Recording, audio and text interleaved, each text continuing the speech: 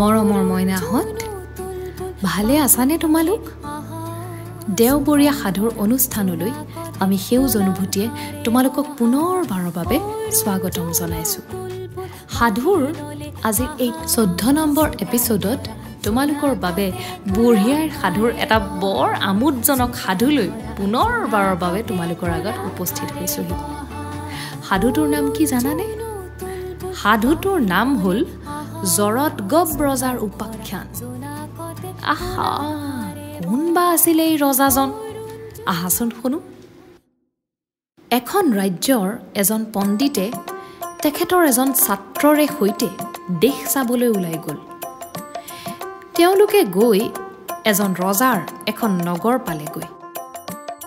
তেওঁলোকে তাত দেখিলে যে সেই নগৰত জহা চাউলৰ দাম কিলো 2 পইচা, উখোৱা আহু চাউলৰ কিলো 2 অনা, ঘিউৰ কিলো 6 পইচা আৰু তেলৰ কিলো 1 টকা।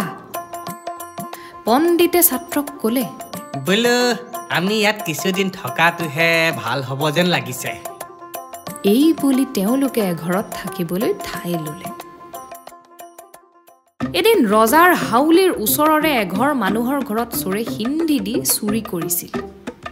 সি চুৰ কৰি ওলাই যাব খোজোতেই গৃহস্থৰ হাতত ধৰা পৰিলত গৃহস্থই তাক বান্ধি আনি ৰজাৰ আগত হাজিৰ কৰিলেহি।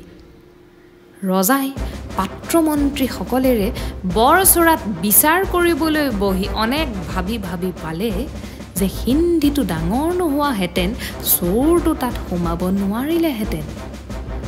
তাকে ভাবি ৰজাই চোৰক সুধিলে, হেৰ' চোৰ, তই হিন্দীটো কেলেই ডাঙৰ কৰিছিলি?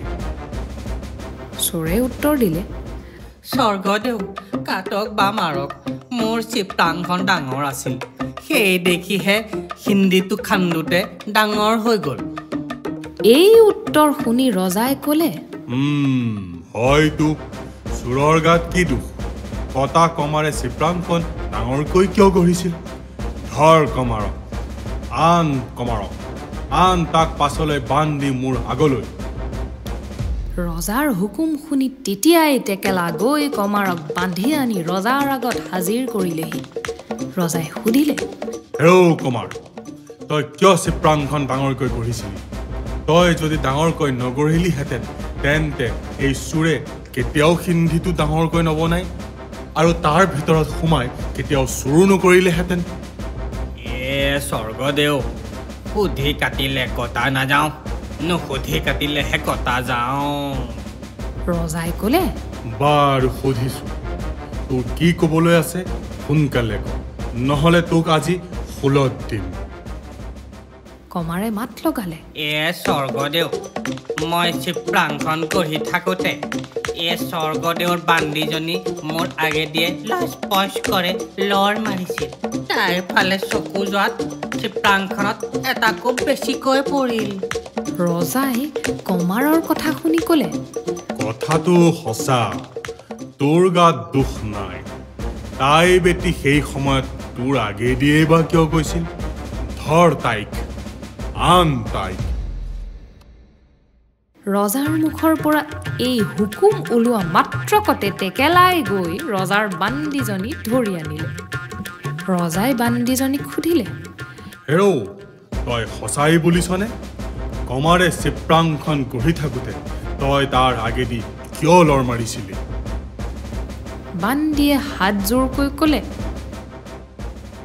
দেউতা, বেটিক মাৰকেই বা কাটকেই নকৈ নোৱাৰো।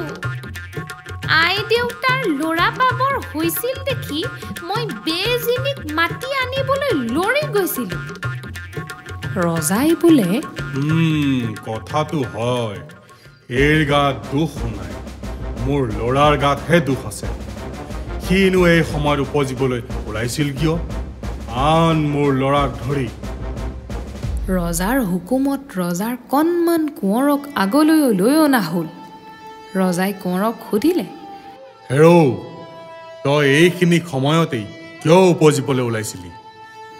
কেঁচুৱা কোঁৱৰে একো উত্তৰ দিব নোৱাৰি মনে মনে থকা দেখি ৰজাই কোঁৱৰক শুলত দিবলৈ হুকুম দিলে আৰু ক'লে, হলেই বা মোৰ ল'ৰা মই ৰজা মই ধৰ্মৰ অৱতাৰ মই কেতিয়াও অন্যায় বিচাৰ কৰিব নোৱাৰো এতেকে ন্যায় বিচাৰ কৰি মোৰ ল'ৰাক হুলত দিম ৰজাৰ ল'ৰাক হুলত দিবৰ হুকুম হলত মন্ত্ৰীয়ে ভাবিলে বৰ বেয়া কথা হ'ল এটা বুদ্ধি কৰি ইয়াক এৰুৱাব লাগিব ইয়াকে ভাবি মন্ত্ৰীয়ে ৰজাক ক'লে স্বৰ্গদেউ এই কেঁচুৱা ল'ৰাটিক হুলত নধৰে গাই গাড়ীয়ে শকত এটা ডাঙৰ মানুহ হ'লেহে হুলত ভালকৈ বহুৱাব পৰা যাব ৰজাই মন্ত্ৰীৰ কথা শুনি হুকুম দিলে মোৰ ৰাজ্যত যি গায়ে গাড়ীয়ে শকত ডাঙৰ মানুহ আছে তাক ধৰি আনি মোৰ কোঁৱৰৰ সলনি হুলত দিয়া হওক